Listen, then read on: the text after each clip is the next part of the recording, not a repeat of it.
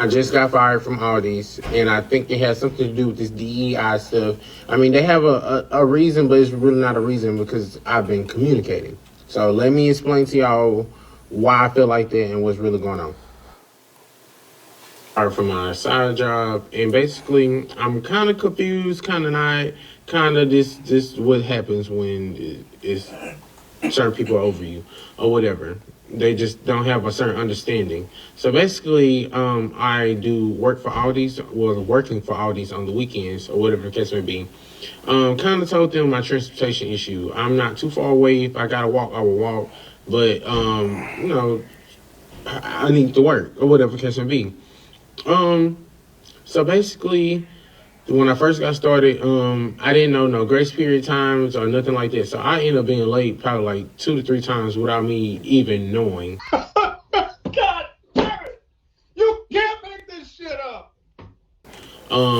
The first time I was really late was I came in like at 6:30. I'm supposed to be there at 6. Is because it was miscommunication between me and the manager. The manager didn't have me on a physical schedule. They just told me a time to come in, and if I'm not mistaken, it was like 10. I thought it was the time I was supposed to came in from my orientation, but come to find out, I was supposed to be there at 6. But the manager called me at 6, asked me where I was, and I ended up getting there at 6:30. We talked about that. That was understandable, or whatever the case may be. Mind you, the other 3 times I was late because of the grace period, and I didn't know about the grace period, and I had to have a conversation with the manager then. He was like, "Oh yeah, we don't. It's not 6:10. It's 6:05 is the grace period." I was coming in like at 6.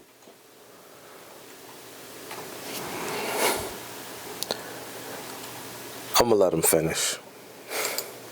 6:07, or whatever the case may be. My fault, but still not my fault because I was inknowledgeable on this. Like literally, a lot of us come into certain jobs and we just get straight to work. No reading of the policy, nothing being talked about, nothing. Just be zoned out or whatever. So I did a call. Well, a call. He said I did a call no show, but I feel like if I call or text y'all and told y'all what's going on, and you feel like it's a no call no show because it's the day of, but we work at 6 o'clock in the morning, and if I wake up at 6 o'clock in the morning, I'm not feeling well or something is off. That's the only time period I have to tell you what's going on. You know what I'm saying? Like, am I No, I don't. tripping, or they have a legitimate reason?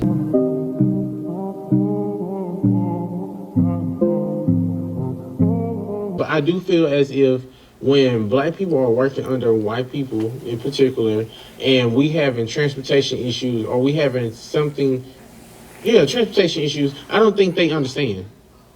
For the most part, they don't understand. A lot of them always had a ride, always had a car.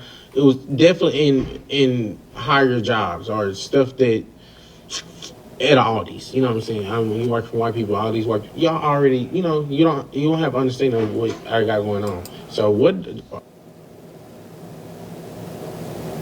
I'm sorry, chat. I'm trying to figure out if he's serious or if he's trolling. I can't figure it out. At some point in there, I thought that maybe he might be trolling because there's no way that he could actually be saying these things and be serious about what he's saying. But let's just go ahead and let's just take it at face value. Let's just take it at face value. Bro, number one, if you're supposed to be somewhere, if you're supposed to be at work at 6 o'clock and you come in at 6:01, guess what? You late. I don't care if there's a grace period. Grace period or not, you're still late.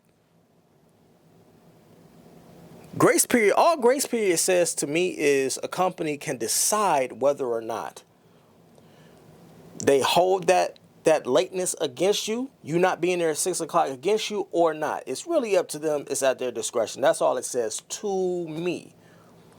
But if, regardless of whatever the grace period was, if you showing up after 6 p.m., you late.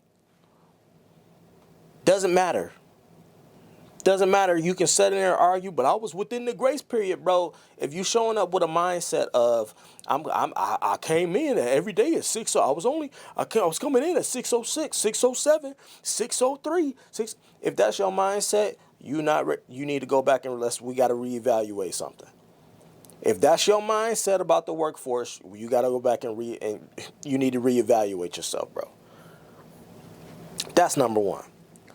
Number two, he said, I feel like when you black and you work for somebody that's white, they don't understand when you be having transportation problems. Yo, listen. Yo, I be trying to give y'all grace and how I handle these situations and how I talk about these situations. I be trying to give y'all so much grace. But this is probably top 5 dumbest things that I've heard all week long. You think that it's up to the employer to worry about your transportation issues? You think it's up to the person that's over you to take pity on you because you don't have your transportation together. If a company does that, or if an employer does that, it is at their discretion and they're handling you with grace. But that is not a requirement for... Imagine yourself, again, let's flip the roles.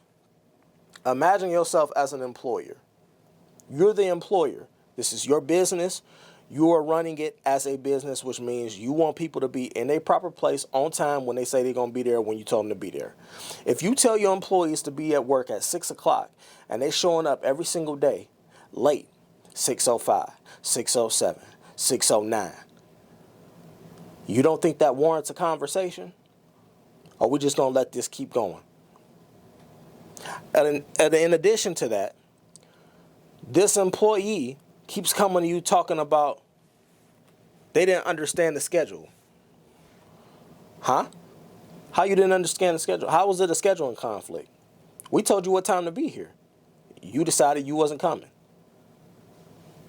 And your excuse for it was, I got transportation issues. Now, as an employer, y'all respond. Go ahead. I want y'all to respond as an employer down in the comments. Your employee has come to you, your employee that's late every other day. This same employee has come to you and said that the reason he has not shown up 2 out of the 5 days last week was because he was having transportation issues. I want y'all to respond down in the comments as the employer, as his boss. I don't care what color you are. Go ahead and respond to that, please. I'm going to read every single one. I might even do another. I want to read every single comment that y'all leave, but I want y'all to respond as the employer. What I have learned about this next generation, this generation here that we're dealing with, is that y'all are some of the most lazy, unprofessional, entitled people that I've ever seen. Y'all want everything, but don't want to work for anything. Y'all want all of the benefits of the doubt, but want to give nothing yourself. You don't want to put equity into the business, but you want the business to provide you with equity and place and invest their time and money and assets into you. Last I checked, working for a company is a two-way street, with the understanding that at any point in time you could get cut for any reason. That is a part of the American economy, period. Across the landscape, doesn't matter where you work. Unless you're under contract, you could get cut. Unless your contract says, because even if you have a contract, you can still get cut. But unless your contract states specifically that you cannot be cut for a specific reason, you can be cut at any time across, doesn't matter what your job is. I don't care if you're in the tech industry or if you bag groceries. You can be cut at any time according to the business and what they need. Because at the end of the day, it's always, always, always about the business. It's not about how you feel about the business. It's not about how you feel about working for a white man or a white woman. It's about the business. And if you showing up to my establishment late 3 out of 5 days, there's a conversation we need to have. And you're lucky you haven't been fired. It sounds like to me that they were consistently giving you grace. But there's an accountability aspect of it right here that's not being addressed by this man, by this young man. Nowhere in there did I hear him say, you know what? I got fired and it was my fault. No, he said, I got fired and I guess some of it could be my fault, but not really. Huh? Yo, y'all have all the entitlement in the world and ain't worked for shit. I've never seen people like y'all, young people like y'all. I've never seen somebody so entitled to believe that they should continue working somewhere, even though they keep breaking all the rules of the establishment. Then you attach it to DEI and say, I believe this was on some DEI. No. This was on some, your ass is unprofessional as hell and you keep showing up late to my job, to the place of work that you agreed to be here at 6 o'clock. And because you keep showing up late, because you have no respect for the business, because you have no respect for the company and your manager, we're going to go ahead and give you your paper, your walking papers. You can go ahead and try that somewhere else. And at the end of it all, if you really feel that way, if you really feel that working for white people puts you at some type of disadvantage or puts you in some type of state to where you can't be the best version of yourself, then go find a black person to work for. Go ahead. Go find a black person to work for.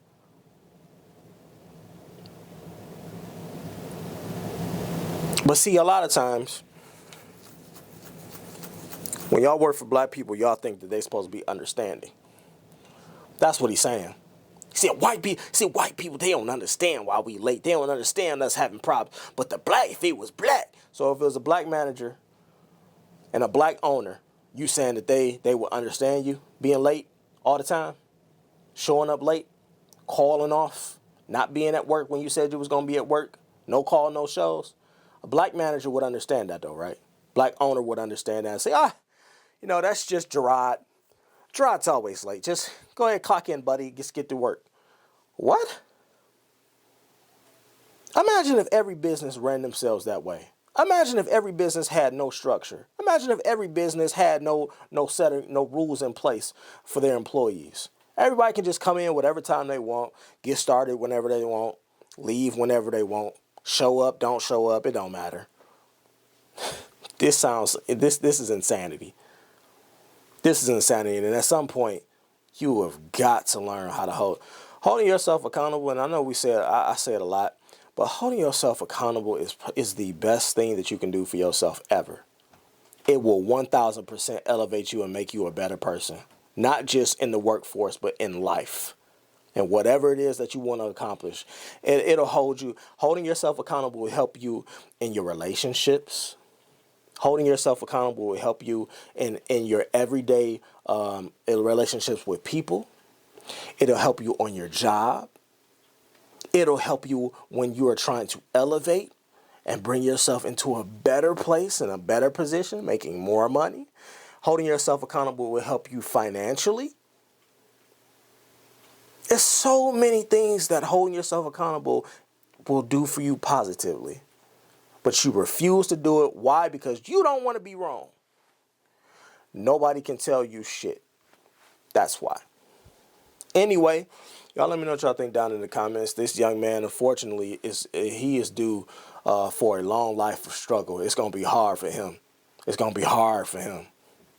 If he don't change this mindset, he got a long road ahead. Y'all let me know what y'all think. I'll see y'all in the next one.